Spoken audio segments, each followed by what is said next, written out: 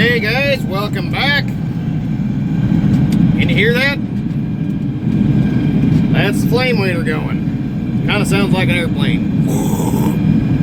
Anyway, we're on the north bottom, and holy cow, we've got a weed problem up here.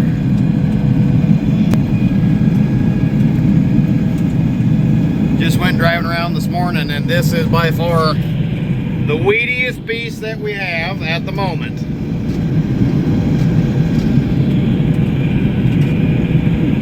So, this is very similar to cultivating. You just got to stay in between the rows, drive about 3.5 to 4 miles an hour, and let the flame waiter do its job burning out the weeds.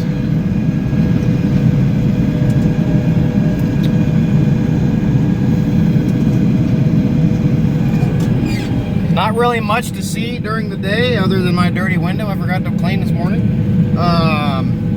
You can see, I guess in this field, you can see some of the alfalfa shit coming through the back end of it. It'll be a little bit smoky.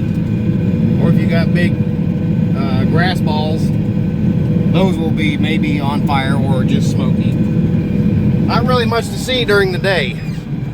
As you get towards dusk, or if you're brave enough to run after dark, but I guess with GPS you probably could, but you'll actually see the flame shooting out the ass end of this thing.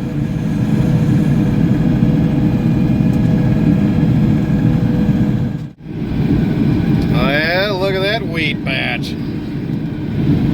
Give it about 15 minutes, guys, and that'll look completely different.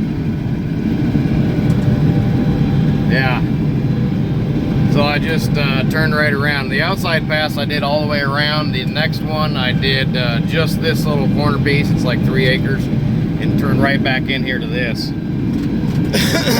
So, yeah, let's give it a minute. I'll show you guys that spot we just came through. Okay, so you can see this is a small little 3-acre corner. And I was on the outside of the number 2 planter end row, so it was like the third cultivator pass. All right, so this is the inside. So the one we were just on was this one. Okay, that's how much faster. Look at, just be going between that row and that row.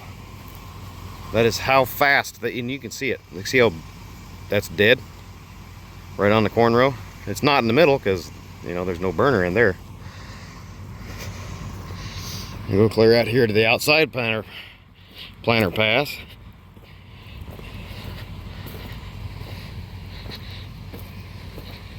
Now the weeds weren't as bad as they are right in there, but I mean, they're still here. They were still here. So there's some button weeds. Look at them, they're just crispy. Well, not crispy, but I mean, they're dead. They roached them. So how you know if you're doing a good enough job, these are really hard to do because they're so tiny, but you take and you squeeze that leaf between your thumb and your finger, okay? You squeeze it. Come here, you little bugger. And if you can see your fingerprint in there, you're fine. Check on the corn. Yeah, you can just see a fingerprint in there. Another way you can tell is that one's pretty good. Another way you can tell is they'll have a little bit of a oily looking texture to them. See how that one's kind of oily looking? Now, being they are short and their growing point is still coming from under the ground, these are absolutely safe. Here in about 4 days, these outer leaves are going to be clear down here white and look dead, and the inside spiral is just going to come right up out of that. So let's get back to it because we got several acres to do. We got to do some baling this afternoon, some custom baling. So I'm trying to get as much run through with the flamer as we can. Hey, look at that up there. You can really tell right there. Whew. Just sitting there on pilot right now. Looks like I got a leaky cylinder. God dang it. Sitting there on pilot, so it's doing minimum burn. Oh, had the radio turned on. Quiet that down. All right. There we go.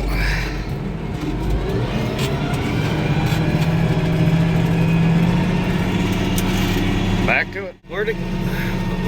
There it is. See that thing down there?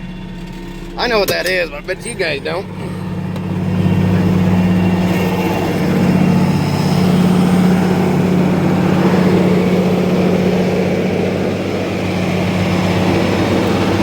Would you look at that?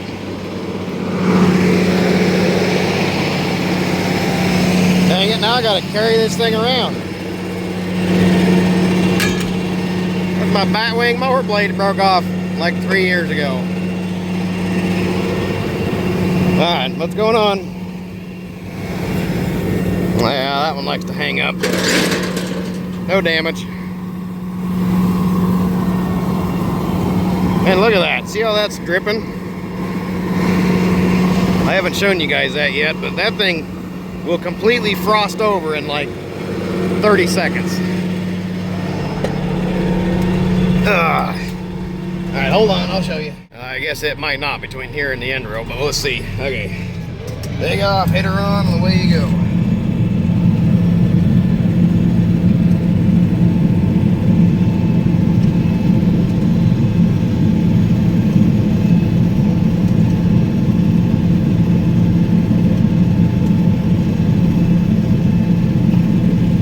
Yep, she's starting to get cold.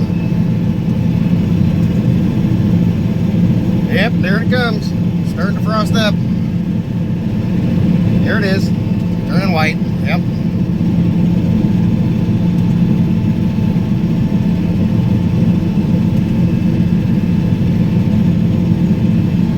Now, if we were to keep going, we had longer swath, it would get even more frosty.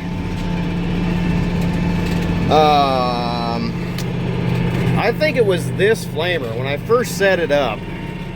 When I first built this flamer, no, it wasn't this one, it was a different one. Okay, so I've built several of these flamers, 2 for myself and some for other people. It wasn't this one, I was just remembering. It was another one for an organic guy out eastern Iowa. Ironically, he just called me like 2 days ago. Anyway, we were setting up his flamer for him, and it never would frost up the pipes. Like, I mean, it would burn, but it would seem like it wouldn't frost up the pipes, and we weren't really certain it was getting a good burn. I mean, it had decent pressure and everything, but it just, I don't know. After 15-20 minutes, the pressure started bleeding off, and we weren't really certain what was going on. And again, the pipes were not frosting up. I'm sorry about the bumps. We got to looking, the supply line for the main burn was not a liquid draw. So you want to be sucking pure liquid propane off the bottom of your tank for the main, you know, that jet airplane sound that's going on back there. That, because you gotta have an ass load of fucking propane to get the amount of BTUs to do the kind of burning that we're doing out here. I mean, look at that. You can see it. And that was just a minute ago. We come down through there. The pilot burn. So when you shut off the main burn with your little toggle switch, you shut off the main burn, you lift up, you turn around. You got to have something still burning out there. You know, they call it a pilot light. You still got to have a pilot burn. So that can be vapor, not liquid. But your main burn has to be a liquid. And if your pipes are not frosting up, that is the #1 easily most identifiable way to tell you're not running liquid. Because that liquid propane, I forget the number, but that shit is freaking cold. So just a little heads up for you. Maybe if your liquid draw, whatever, breaks off or is rattling around. I think that's what was wrong with that one, is the liquid draw head broke off down underneath the tank, or inside the tank, and it just wasn't running liquid anymore. But line back up, see, there's my planter gap, so I gotta go 3 rows over Set her back down. Flip her back on. She didn't quite melt that time. So you can see, looking at my tank, I've got two different lines coming off of it. The regulated side, which is the one on the left, is the liquid side. The other side is the vapor side. Hold on, we got a conniption fit going on back here. Okay, back to going. Anyway, what was I saying? Oh yeah, so yeah, you got your regulated side on the left, vapor side on the right. The vapor side does not need to be regulated. That's why it comes in there after the regulator.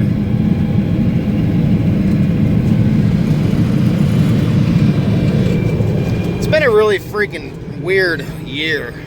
That's what this guy was calling me about.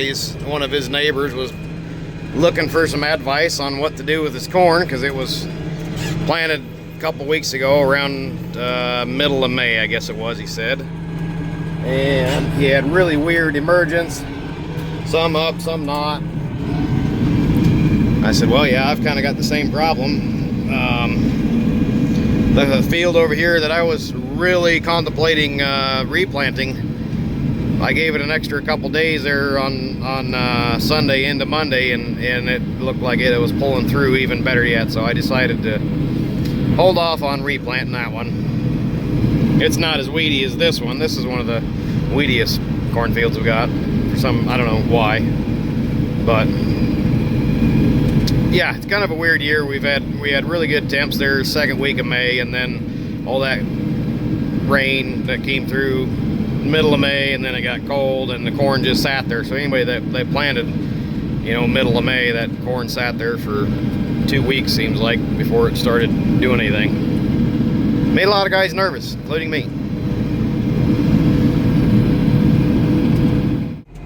And there we go, this one's done.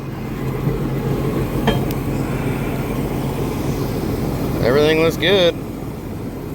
Oh, I got a crazy wheel down there starting to shred, but that's okay. My other flamer, it's bigger. It's the same row. It's still an 8 row, but I put twin burners on that one per row with a different kind of shield. And the intention was so that as the corn got taller, you could come in and burn down the sides of those rows with those twin burners. Because once the corn gets above, you know, like I was saying, above like 12 inches, once a growing point stops coming from the ground and starts coming from the above ground plant, you don't want to send flame down the spiral of that corn plant. You can still flame, you can come in, you know, at the sides. So that was my intention with that other one, but I put a bigger tank on it, put a 500 gallon tank, bigger toolbar because it's a bigger tank, and then I put adjustable shields that can completely cover the entire field. And my thought was, well, this one works so fucking good. I mean, look at that. Look at that. You can tell easily. Sorry about that, hit the wrong button. You can easily tell right where that flamer has been. So my thought was, well, if we're gonna use it early, we could cover the complete field, you know, in that 8 row swath, and burn the whole fucking swath, and then you can start from a stale seed bed without having to cultivate it. That was my thought, but I never ended up using it like that. So I've just got these big bulky fucking shields back there and then the heavy tank. So I don't like using that one because it's so freaking heavy. The anteater will pick it up, it just doesn't like it. I'm sure bigger tractors would have no problem. Oh, hey, I gotta go shut off my pilot. And then I gotta fold this thing up too. All right, let me set it down. Let's see, 3-point, yeah, that one. I don't quite want to touch the tire because I gotta fold it. There we go, okay. And lift that one just a little bit because it's wonky. All right, anyway.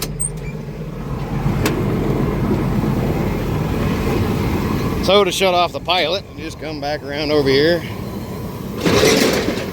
Stand up on it quick, reach that guy, shut her off. And I mean, everything's hot back here, but I can touch most stuff. I wouldn't touch those. That would be not good. Anyway, help that out. That one over there. Almost noon. And I've got to go bale this afternoon. Not sure what time he wants me there, but I'm thinking probably like 4. We got 20 acres to do. We tried it yesterday and it was way too wet. Shouldn't say way too wet, because I mean it was showing wet on the monitor, but the freaking monitors are wanky. It was showing well, it's 65-inch bale and it was 2,000 pounds, so whatever that comes to. It was too wet, whatever the case. Alright, pull them little stub wings up. Yep, there we go. And then we can get the heck out of here. Well, this is going to be the last field today, because I got to go wrap up, put this thing back away, and go get the baler filled up with fuel. Well, not the baler, but the baler tractor, get it filled up with fuel, and head off to go finish that baling here in a few short minutes. So there is the last, and it's not even a full row, it's four rows. The last little bit for burning today. So we'll see what this looks like in a few days for everybody. Immediately, you can already tell the difference in the end rows. The end rows are looking like, I mean, they look like bare dirt. I mean, obviously you got the whatever, the corn plants down there. You can just see that little row compared to where we just came from. Alright, well, I gotta run this thing up here. I'm gonna call the propane guy, tell him to come fill this thing up. Oh, that last field was about 10 acres. And this is a 250 gallon tank. So when you fill it, they only fill to 80%. So that should be about 200 gallons if my math is right. So we used down to 60% on 10 acres. So we used 20% on 20% of a 200 gallon tank, should be about 40 gallons on 10 acres. So it's burning 4 gallons per acre. So that's pretty fucking cheap, guys. Everyone's worried about, oh, you're burning all that fucking propane. I mean, 40 gallon of propane to do 10 acres. So if propane was $2 a gallon, which I don't think it is, it might be a little over than that actually, $2.50. Okay, so I spent 25 bucks, 120 bucks on propane. Big fucking deal. That's not expensive. 10 bucks an acre. What does it cost for conventional guys to have it sprayed just for, you know, the trip across the field and the chemical? I mean, good lord, this is way fucking cheaper than spraying. Anyway, all right, we'll see you guys tomorrow. I'll pop back in. It's supposed to be raining, so we'll pop back in, kind of look around, see what the corn's looking like, and then we'll come back in a couple days, see what it looks like, and then we'll show you on the 3rd and 4th day, and so on and so forth. I see a spot that I missed. Wonder if I can't get that guy real quick. Boom. Hope I'm on him. Can't tell. No. Oh, yep, I'm on it. Okay. Well, anyway. I know I missed a spot in another part of the field as well, but that's just part of it. You don't get them all. All right. See you tomorrow. Okay, this is day 2 after flaming. It was raining all day yesterday, so well, not hard raining, but I just didn't want to come out during the rain. So here's a really good instance of what we're looking at. You can see the corn is clearly coming right back. As I said, the leaves are the bottom ones that were burnt. You know, they're burnt, they're down, they're gonna fall off, but it's gonna continue to grow right out of that spiral. And if you look right next to the row on either side, you can kind of see the marks from those shields right there and right there. That swath is pretty much weed free, because it was, you know, like that all the way across. And now she's cleaned up in the row. And if you can see over here, we've got a row that did not get burnt along with that one. Looks like we had one or two. Let's see which way did she go? 'Cause it looks like it was burned over there. So somehow, for some reason, we got a row turned off. That happens. Yeah, so we can look at the weeds there. So quite a few compared to none. Quite a few. None. So that's a pretty goddamn good fucking tool to use right there, guys. And you know, the rain was slow and steady all day, so the most of it has soaked in, and it's not really, I mean, it's not really even that muddy. I could probably go back in and do some work this afternoon. So pretty goddamn good. I really like the flame weeder. It's kind of been a backup tool for us. A lot of guys use it as a backup tool, but with results like that, I don't know why it couldn't be a primary tool, guys. Clean them up early, keep them clean. Right now would be the perfect time to come in and throw a little dirt, you know, and bunch it up right next to the row. If the corn was a little bit taller yet, you know, if you had some V6 corn, you could throw it up a little farther and cover up some of that grass. That's going to be a problem for you. I'm not seeing too much grass in this one. Got a little bit of grass right here. That's grass.